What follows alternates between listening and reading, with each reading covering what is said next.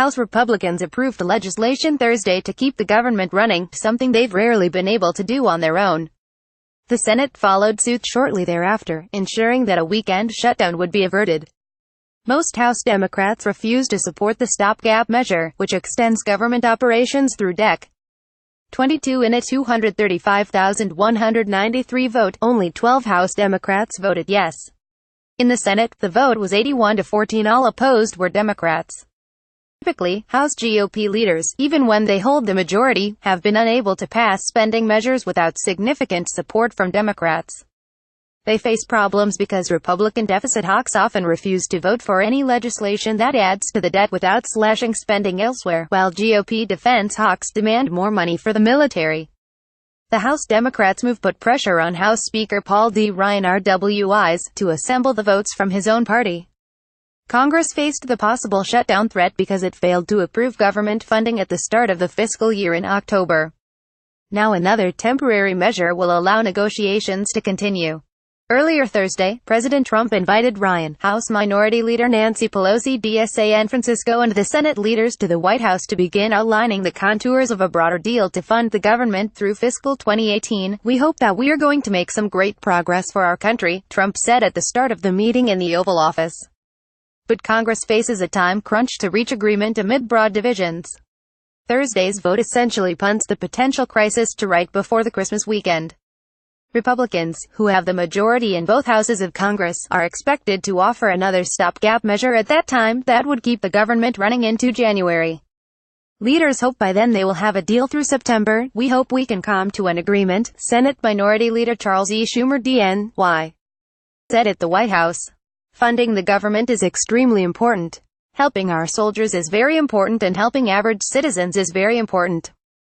So we're here in the spirit of let's get it done, to pass a government funding bill." Thursday, without Democrats' help, Ryan reached a deal with various factions earlier the week to secure the GOP votes.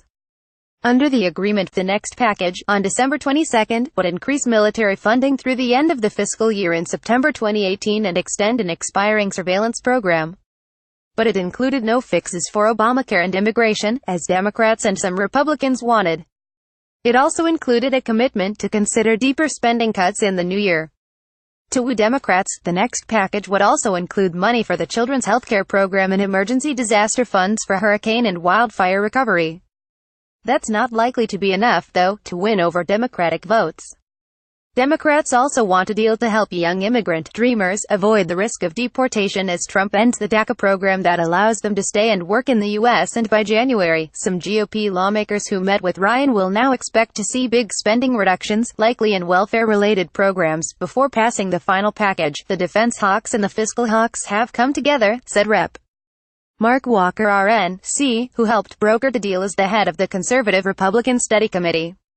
The outcome, though, remains highly in doubt, in part because Republicans cannot yet guarantee they have the votes, and Democrats have not signed off on that deal. Pelosi was withholding the Democratic votes Thursday to extract priorities in the broader talks at the White House. Even though some Democratic, and an increasing number of Republican lawmakers, have said they will block funding bills unless there is relief for immigrants, Pelosi insisted Thursday they wanted to reach a solution. "We will not leave here without a DACA fix," Pelosi said about the Deferred Action for Childhood Arrivals program. Pelosi said that if the temporary measure does not include any of the priorities they are negotiating for, Republicans will have to pass the bill on their own. "They either have the votes or they don't," she said. "We have been outspoken about what our priorities are." The White House meeting came after Pelosi and Schumer backed out of a session last week when Trump tweeted that he saw no deal to be reached with Democrats. No deal was reached with Trump on Thursday, officials said, but talks will continue.